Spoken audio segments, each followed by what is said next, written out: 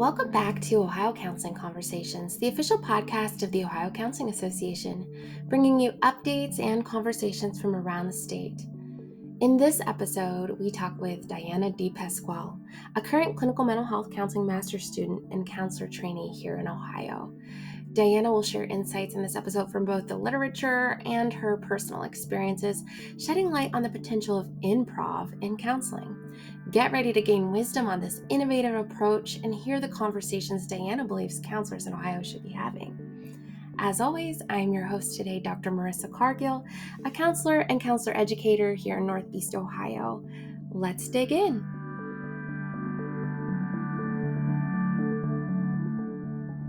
Welcome back to Ohio Counseling Conversations. We are so excited to have you here. Today, we are joined by Diana DePasquale, who has reached out to us to say, hey, I've got some interesting stuff I want to talk about, and sharing her work in improv in counseling. And we're going to talk a lot about that, maybe some other things that lend itself to it. But Diana, thank you so much for joining us today. Thank you for having me. I'm really grateful for the opportunity to talk about this. Yeah, we are so excited to have you. And normally we just start off our conversations by having you tell us a little bit about yourself, so the listeners can get to know you. Sure, I would love to. I grew up in the 1970s in Paterson, New Jersey. And when I was 10, my parents bought a 12-acre farm. So we moved from a very dense and diverse place, very close to New York City, to a very rural county. And so I spent my first decade as a city mouse and then my second as a country mouse. I come from a very working class background. Neither of my parents went past the eighth grade. In high school, I had some learning disabilities that went undiagnosed for several decades. That took me off the college prep track and got me placed onto the not going to college track, which meant I worked full time during my last 2 years of high school. And then after graduation, I went to work in restaurants, first as a waitress, then as a line cook, also as a bartender. In my 20s and very early 30s, I worked in information technology on help desks, tech support desks for some really big corporations. I wrote user manuals, I built databases, I trained users how to use a variety of software platforms. In 2007, I did finally get to college, and it was such a transformative experience in my life. I graduated with my BA in American Studies, and in 2010, I moved from New Jersey to Ohio, and I started graduate school on my 41st birthday. And at the end of my first year of my master's program, I met my spouse, James. We got married in May of 2012, and I started a doctoral program in cultural studies a few months later. So, for about a decade, I taught cultural studies courses at a university while I pursued my doctorate until I quit my job as a college professor in November of 2020. And I also left that PhD program I was in. And a few months later, I began another master's program in clinical mental health counseling. So, right now, I'm working at my practicum site, which is the Worth Center, one of 19 community based correctional facilities in Ohio. I'm running therapy groups using written exposure therapy and mindfulness practices. And I'm also providing one on one counseling to the residents there. And I love it. It's such a great fit. So, my life now consists of learning as much as I can at my practicum site, spending time with my spouse, playing with my dog Reuben, taking him on walks, and lots and lots and lots of therapeutic cooking. Yeah. Okay. I love that you have such like a vast like experience from, your life experiences to your career experiences.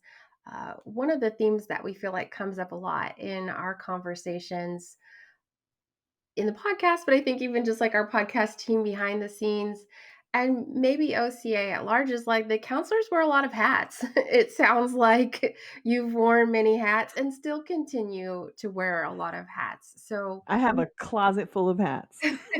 right? And those hats can serve us really well. I am kind of a career counseling nerd in a lot of ways, so I always am interested in like past career experiences and not so much like that's what led you to counseling, but that can also inform how we support clients who feel maybe less inclined to seek help, based off of past experiences. And so yeah, I think that's so interesting, some of those hats that you've worn. But you've chosen to move towards this counseling hat. So what drew you to this field? Well, as a kid, I remember seeing movies and TV shows that depicted mental institutions and people in those institutions and feeling a kind of affinity with them. And I also remember hearing my family tell stories of people they knew in those types of places and being extremely curious about what got them there and what happened to them while they were in there and what was going to happen when they got out. And as a child, I just remember thinking, I I'd like to help be a part of that. So I took some classes at a community college in the early 90s, and my plan was to get an associate's degree in nursing so that I could get a job working at one of these facilities that offered mental health care or even in a psychiatric ward of like a big hospital. But working in restaurants really made it challenging to make it to class consistently because if someone didn't show up, my boss would tell me I had to stay and cover their shift or and if I didn't have a job, I couldn't pay my tuition. So I didn't make much progress and I wound up putting that goal up on a shelf for a really long time. Mm, okay. Yeah. So what finally led you back to it? Well, as I was thinking about what would be my next career transition after academia, I mean, in lots of ways, counseling and therapy is just another form of teaching and learning, which I love to both learn and also teach. And I felt as if this was sort of the same thing, just in a more kind of one-on-one type of approach. And because it was something that I was always interested in, and I also wanted to learn more about myself, that's kind of what really kind of drew me in back to it in the spring of 2021. Wonderful. Yeah. Yeah. So in your initial outreach to us, you talked about like your real strong passion for improv and that you've maybe recently started like seeing how that can work in therapeutic settings. So tell us about like your experiences with improv and then how that kind of led to the counseling field interventions. Sure. I would love to talk about that. It's such a great question. I took my first improv class a few months after 9/11 when I was still living in northern New Jersey. And, the shock of that day and the subsequent realization that life is short, I, along with many other people that I knew, we looked around and we saw this time as an opportunity to change the way we were living. At that time, I was extremely unhappy and dissatisfied with my life. So I signed up for an improv class at the Upright Citizens Brigade Theater. And I can still remember that first class. And when it was over and I left the building, I felt like I was floating down 22nd Street to catch the PATH train back to New Jersey. And that experience really motivated me to make many more changes and move towards the kind of life that I had envisioned for myself. And I wanted meaning and purpose in my life and love and joy and creativity. And so over the next several years, I started putting those things together for myself. And To your question about how improv informs my work in counseling, I would definitely say that improvisation allowed me to imagine a new life for myself. And that in turn has allowed me to see that potential for others as well. I believe people are capable of change. And if you also believe that, and I expect you do, I expect you do, if you're listening to this podcast or hosting this podcast, you probably also believe that there are new ways of thinking and feeling and behaving for your clients and for yourself too. And there have been times already in session in both my role as a future counselor and as a client when a therapy session has felt like improvisation, especially when that rapport has been developed and there's such an effortless exchange back and forth between myself and the other person when we are attuned to each other and we move forward and we explore and discover together. Yeah. It's just really such a great feeling to experience that. Hmm.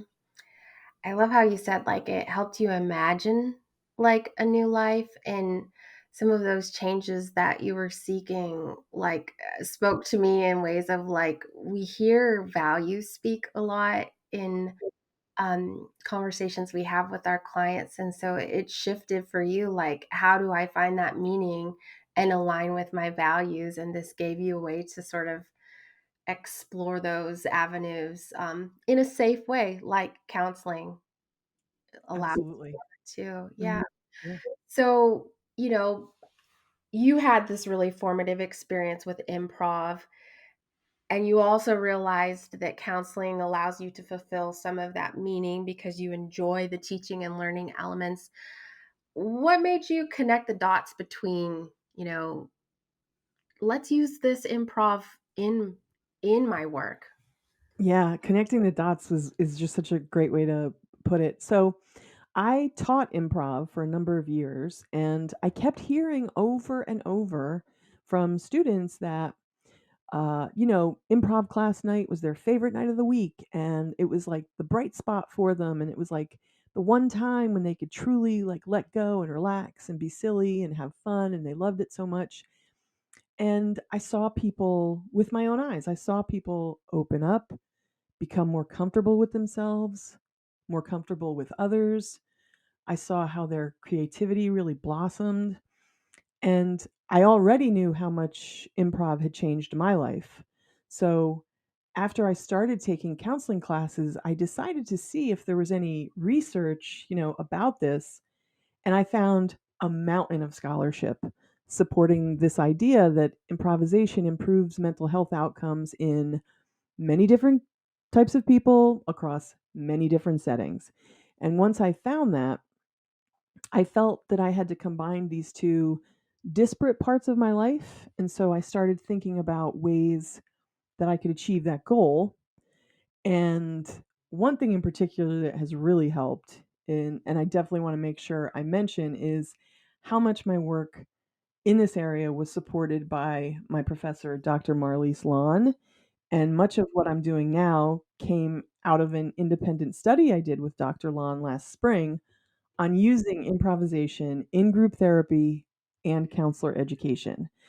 Dr. Lon encouraged me to share my work with others, and so we co presented it at the All Ohio Counselors Conference last fall in Columbus, and that was really, really exciting and affirming. And I just can't say enough about Dr. Lon. She is the best, and she's just so great in many ways. And I have a lot, I have so many things to thank her for. Hmm. Yeah. Beyond improv, she helped you imagine some new ways and support. Absolutely. them. Yeah, she really put it into practice too. She was so supportive. She was so patient with me. She was so, um, she was always asking me to reflect on this and like sort of connect these two parts of my life. Yeah, she's great. Mhm. And it sounds like, there's this parallel process, right? Like that she was showing you like that there can be support for this thing that you're passionate about that opened doors for you. Um, the same way you might be lending that to like students and clients alike. I I'm like a language nerd. I love like words, right? And Mhm. so uh witnessing change was something that you noticed early on as you were teaching this, and that we get to bear witness to change a lot as counselors.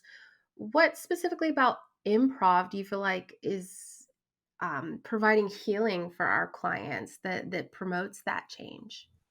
Well, I think a lot of people know that the first rule of improv is yes and.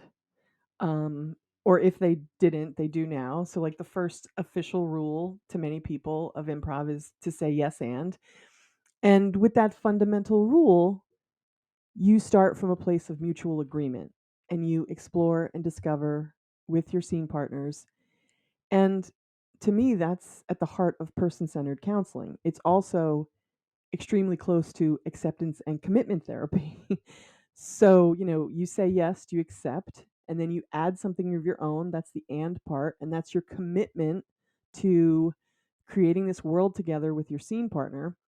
And for clients, I think the types of lessons that are encouraged in pretty much any level one improv class, like letting go, embracing play, being able to relax, taking risks, and most of all, improvisation asks you to be in the here and now. It's very much about being in the present.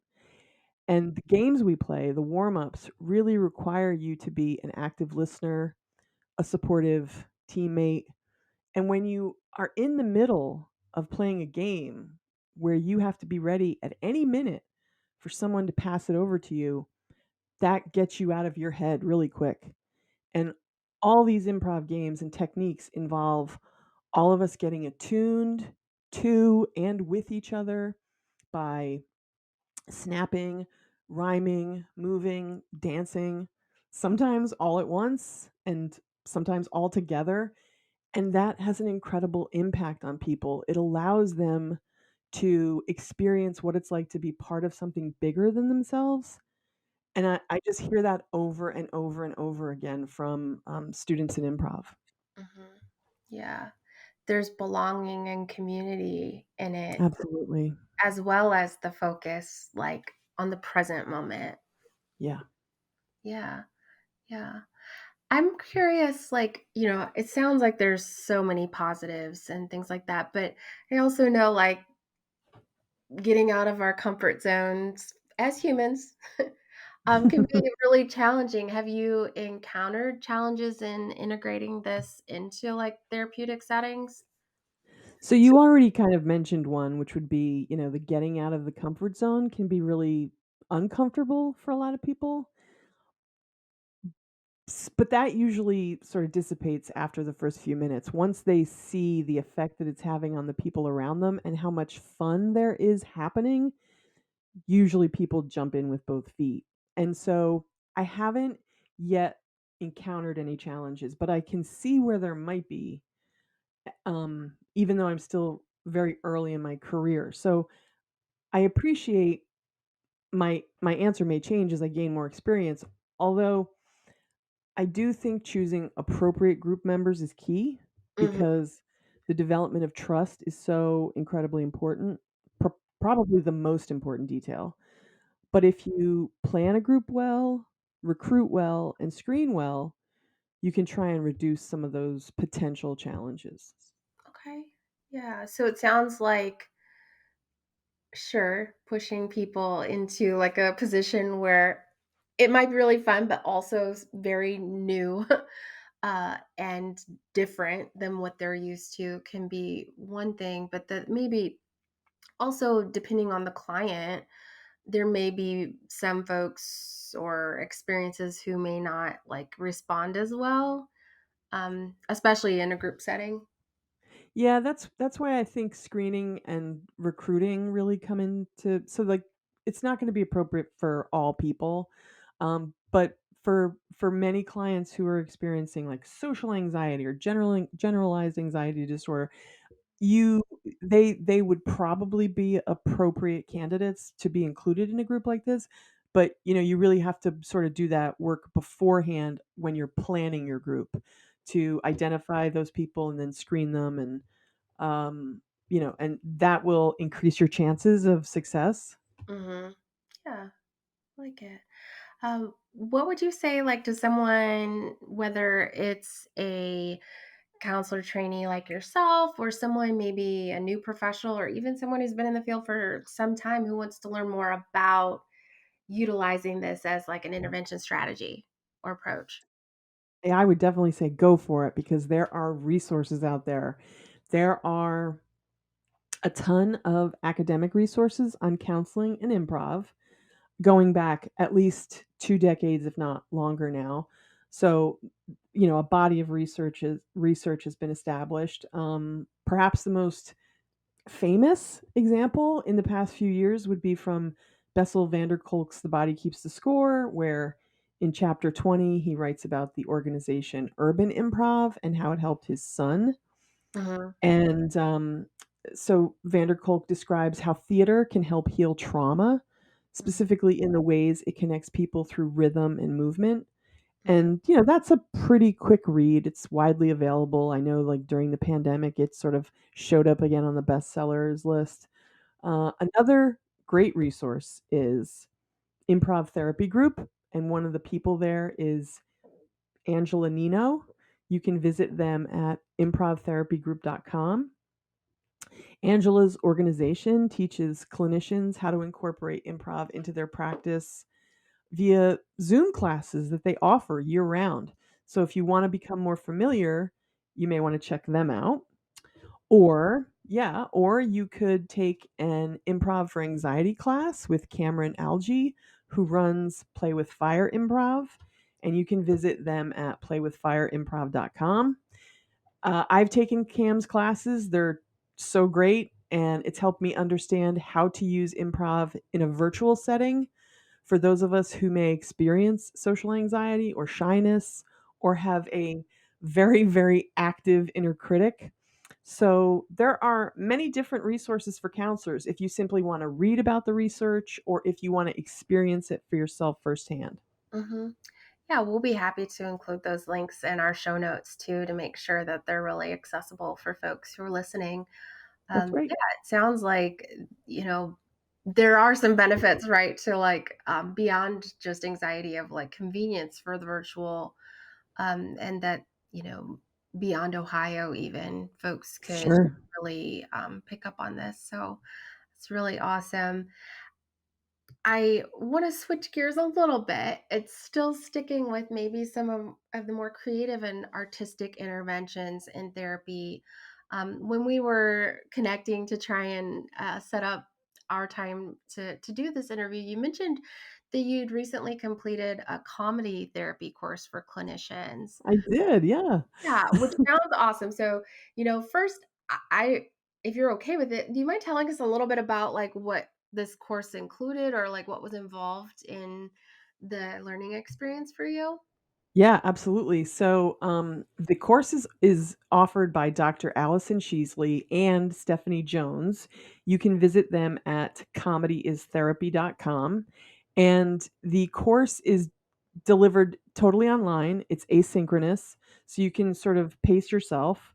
Um, it's about using improv in group therapy in particular, and they provide even the forms that you would need to be giving to people, like intake forms and consent forms. They provide all that stuff to you. They also generously provide video of them conducting group therapy sessions using this curriculum. So it's pretty great. And Allison Sheasley has published, let's see, her article was one of the first articles I found when I started looking at the scholarship about this. So she used to teach at Second City in Chicago, and they have had an improv wellness program in existence for over a decade now. And one of those classes is an improv for anxiety course. And she was the clinician, and then she shared response. She co-taught this course with two improv instructors there through Second City. So she's been doing this for a really long time, and she's actually just like a really wonderful, kind of generous and friendly person. So, um, but yeah, so that's I would highly encourage anybody to go to comedyistherapy.com and enroll in that class if they're interested in getting more of a practical kind of step by step like guide to how to do this. Yeah, I love that. I feel like humor and creativity are often overlooked techniques or strategies. Uh, there's a growing body, let's be clear, but like that when we think about some of the foundations, we don't talk about like humor being important in the counseling processes. And so, given your experiences and your learning and training with this specific intervention, tell us like a little bit more about why you think like humor is relevant and important in the work that we do. So it's not just important to me. I mean, it's important to a lot of people because this question, like, how is humor helpful? It's been studied a lot. So, I mean, study after study. Um, Many of them have explored the role of humor in counseling. And even thinking back to my theories class a few years ago, when I was reading about Albert Ellis, this was the first time I read about using humor as a therapeutic technique. And and even according to Adler, this is humor as a therapeutic intervention is achieved by exaggerating the significance or the seriousness of things and then kind of blowing those out of the water with ridiculous counter exaggeration. So, to like simply put that in simpler words, it's really a form of cognitive restructuring. But humor can also build rapport. It can help foster a positive therapeutic relationship between the counselor and the client. And it can also, a lot of times soften the impact of a message. In group settings, it can enhance the cohesion of a group, and it can also challenge stereotypes or maybe sort of expectations because, humor is a valuable coping mechanism and it can strengthen positive emotions. And in these studies, they show that, people have improvements in a variety of cognitive abilities when they're experiencing these positive emotions, including like cognitive flexibility and creativity. Hmm. And what makes humor relevant or important in the work that we do with each other, I think it helps in reducing burnout and demoralization in our profession. One of the greatest strengths of improvisation is how it promotes the art of collaboration. I love collaborating with people who are open and inclusive, accepting and imaginative. And so, like, those are the types of colleagues I'm seeking out. Those are the kind of colleagues I want to work with. And that's how we can share with each other the joys of doing this work. But I think we all also know that this work can be really difficult, especially if we operate in silos away from each other. So, if anybody ever wanted to get together and talk to me about identifying a DSM diagnosis and treatment plan for Tony Soprano, I think that would be funny and Yeah. a fun project. And I hope that other people would too. Um, I love that, Diana. I had to do that for, some class where it was like more movie characters, probably the DSM class way back when I was doing this. But I remember I had a client, not a client, a student who did an analysis on a Bravo TV celebrity. And I have a very like strong passion for Bravo TV. So, secrets out.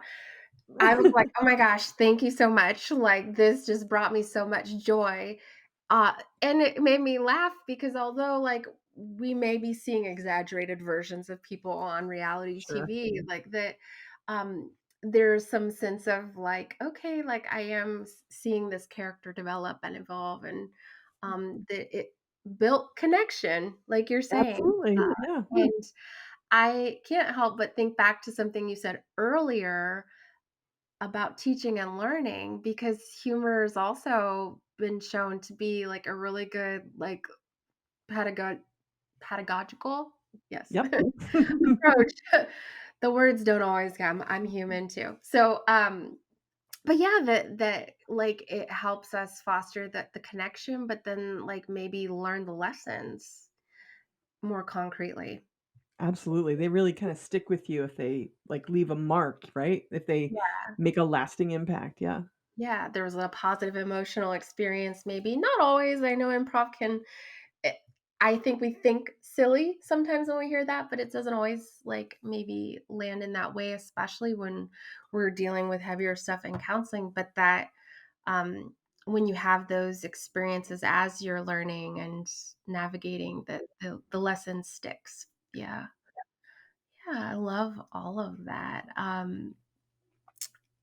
I am excited to like dig more into this, like the research about this. And you brought something else up in sharing that like those are the types of professionals you tried to connect with. So people who are willing to maybe step out of that comfort zone and engage in these processes to learn and grow. Yeah. Um, Like you mentioned like finding other counselors that like if someone reached out to you to write you know, about Tony Soprano, like that would be cool. Um, and fostering that development. It sounds like, you know, you got a good idea there with like maybe some counselor improv, you know, group yeah. to Maybe we should have, it's funny that you mentioned counselor improv. There's a group that was I was in Denver a few summers ago and I saw a group called Dr. Bitslinger, and they were all they either had PhDs or master's degrees in psychology, psychiatry, or counseling, or and social work. And they were an entire improv group, and it was one of the best things I'd ever seen. And yeah. now there's also a group in Chicago, I think at the Bug House Theater, called The Therapists, and they're all therapists, and they perform on a pretty regular basis, I think. Um, so there are groups of people getting together to do this. Yeah, So that's so it's really cool. encouraging. Yeah. Yeah, like not only to use it as a way to support our clients, but to support each other in the profession, and be human and have passions that aren't only counseling focused, which I think is very important. um, Says my Bravo TV addiction. You know, given like this is maybe not something a lot of people have experienced where they've navigated into improv. What would you say maybe are misconceptions about like using this as a method in the counseling field? I'm glad you're bringing this up because I think people put too much pressure on themselves that if they wanted to use it, that they if they wanted to use this, that they have to be really funny. And that's simply not the case. Trying hard to prove how funny you think you are isn't the goal. The goal is really to be honest and open with each other. So, for the counselors and the clients, that means bringing your authentic self to the session so you can be present with each other, to accept each other's gifts and explore together, make discoveries together. It's not at all about being funny, it's about being curious and empathetic. Mm, okay. Not about being funny, curious, and empathetic. I love these words. Yeah. So it seems like that maybe also takes a lot of pressure off of like people who would want to explore this as an approach to support themselves, support others. That if I can just get curious and tap into like my humanity a little, then maybe this is something that could work with myself internally or Right. um, the work that I'm doing with clients, either individually or in a group. Yeah, it's all about being curious and sort of just following that curiosity and taking turns really kind of sharing with each other what each person is bringing a little at a time. It's all about honesty and reality. And, to bring it to like back to improvisation, like on the stage for performances, the really big laughs that improvisers get when they're on stage are the things that they say that take people by surprise but are relatable. So, and that's why also why groans happen when an improviser on stage says something that's kind of dumb, or they're dumbing it down, or like they go for like a cheap laugh. The audience will usually react with like a oh, because they saw it coming a mile away, or they were, they've heard it before. So yeah, it's like honesty is the number one kind of principle that guides honesty and authenticity that is really guiding improvisation. Mhm. I know this could take more time, so I might be opening up a can of worms, but, like, could you give us an example of maybe, like, how this would show up in like a group therapy session, like what you and I might be doing, if I'm your client, one of the So group in a members?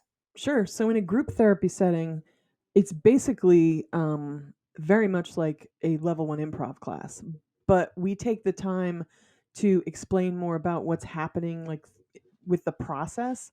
So, for example, we stress that you have to be a good listener.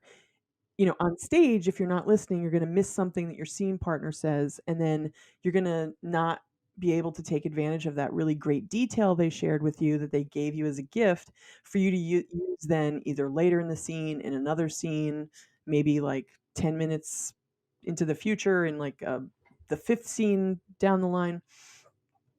But when you do it in a group therapy setting, you sort of add context, and like listening is really important because we are supporting the people in our lives. If you become a better listener, you can become a better parent, caretaker, spouse, partner to your people. Um, and another big part of that is like how much support is like really important. So, being selfish, again, not thinking of yourself, thinking about the choices you make to whether you share your gifts with someone else or whether you're selfish and you keep them to yourself. But what makes it really enjoyable for people is that we're doing this while we're playing games. So we're standing around in a circle and we're all being really silly. And I always tell students or clients, I say, like, I'm not going to ask you to make a fool out of yourself without I'm also going to make a fool of myself. And so, and then you have to remind people that remember when we were kids and we were told to go play, no one really had to give us instruction. You put a group of kids together, and usually they can sort of just get a game going without a lot of hands on direction.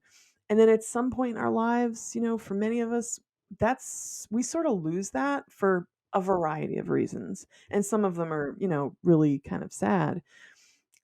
What this gives people the opportunity to do is get back in touch with that sense of play and spontaneity, so that they can r so then they can bring their authentic selves to wherever they are.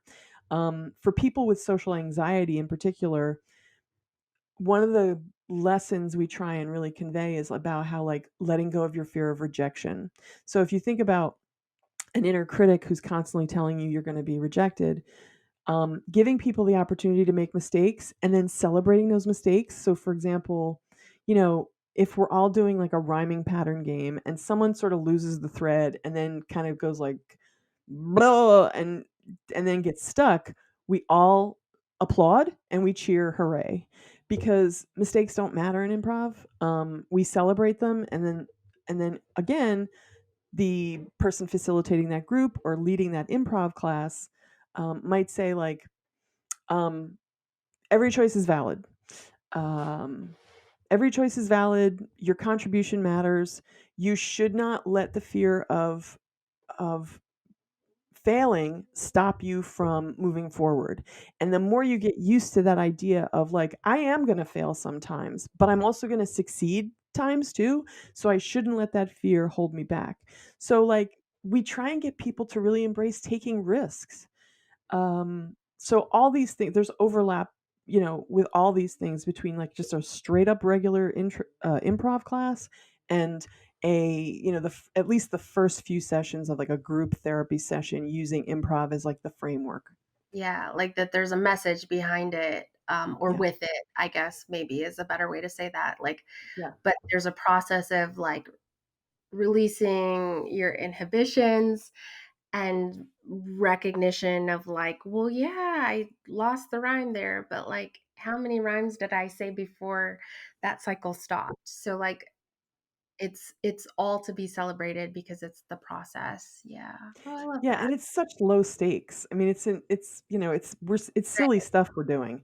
Right. So, it gets people pretty okay with taking that risk, and being vulnerable with others, and which is why the trust part is so important. But yeah, it's really amazing to see how much like the effect it has on people. And then I also take the time, either like maybe 15 minutes in at the midpoint, it's sometime I will stop everybody and say, how does your brain feel right now? And while we're doing this stuff, what's not happening is racing thoughts. What's not happening is like that inner critic piping up over and over again. We're caught up in like this group mind that is developing and this sort of group activity, and we're all on the same page again, which is why attunement is so important. And it's easy to sort of really develop that stuff with these really, really simple games. Yeah, it's engaged, and then like the result is that there's empowerment happening too, with the messages that come through that like I might fall on my face sometimes, but like I succeed too, and that Absolutely. uh, with those risks, I have the ability to succeed with taking risks. Then I can inch forward, baby step forward to Yeah, those successes. absolutely. That. So winding it, to a close, we ask the same question at the end of every episode to sort of highlight maybe what we've discussed today, but also give you the opportunity to share maybe other things that you feel like are really important.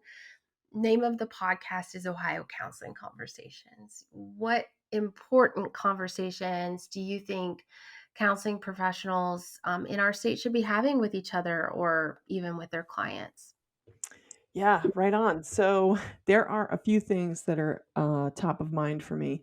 I think we should be talking about the recent legislation proposed by Governor Mike DeWine. He has proposed new administrative rules for healthcare impacting the trans community, and Mhm, much of it includes mental health care. mhm, So while this latest iteration is less harmful than previous iterations, the regulations are still pretty overly restrictive, and they may hinder access to healthcare for trans people, especially trans youth, which I think and hope that many of us realize are at a much higher risk for bullying and self harm and suicide. So I hope my colleagues are joining the Ohio Counseling Association for Legislative Advocacy Day on Tuesday, April 9th from 9 to 3 in Columbus. That's the first thing. yep. And then the second thing is, I also think we should be talking about last August's announcement by Governor DeWine that Ohio will invest $90 million in funds from the American Rescue Plan to strengthen mental health resources across the state of Ohio. Um, they're going to add more than like 225 new residential beds for people in crisis across Ohio. They're going to build 5 new behavioral health urgent care clinics. They're going to fund 2 new crisis intervention and observation units. And they're going to launch a bunch of new mobile crisis units across the state. So, in thinking about all that new development and growth, perhaps we should be asking ourselves how this will impact the care we provide and how we as professionals can contribute our skills and knowledge to the creation of a more compassionate and effective system of care in Ohio. Hmm.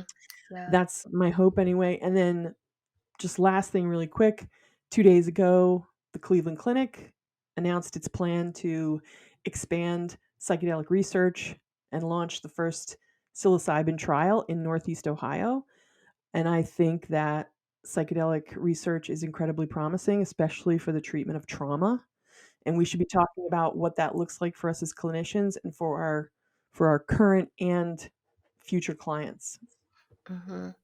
Yeah. Especially when we hear things in the news, we know like that extends beyond information only we are receiving, but that our future or current clients are getting this information too. So not only is it important for us to be aware of as humans, but like as people who also help others understand and Absolutely. provide those answers, we need to be well informed about what's happening in our Absolutely. communities, in our state, in our nation. Yeah, Yeah. I think that point is well taken. And Mhm.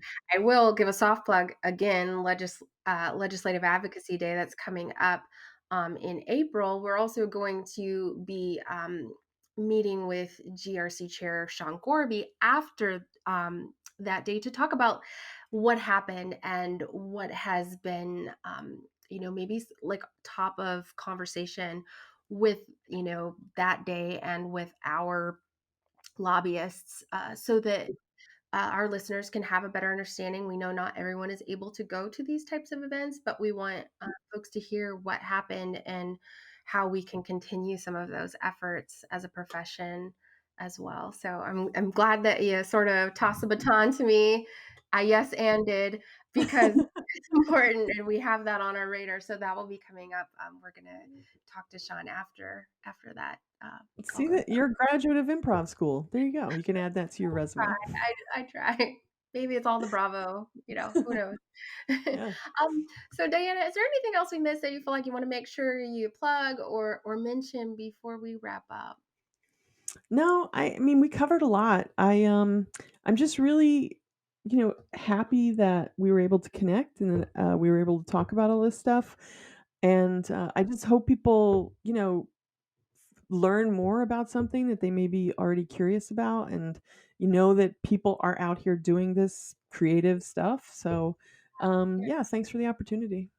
Yeah, we are so grateful. I think it is important that we recognize like that we're not robots, right? Like we have Right. these techniques and strategies, but that we can infuse some of these other elements to, make work meaningful for ourselves, but also for our clients that we're supporting. And that this sounds like such an interesting learning and growth tool that we can implement and feel, it can work for us and for our clients in our lives. So I was just so happy to like hear this idea. We're like no shade to some traditional theory and interventions, but they all have their places in a lot of different ways. But that this was something that maybe would appeal to people because it's not something they learned about in their training programs. So we Yeah. appreciate that you wanted to offer it to everyone, and we're really grateful for that. So thank you. You're welcome.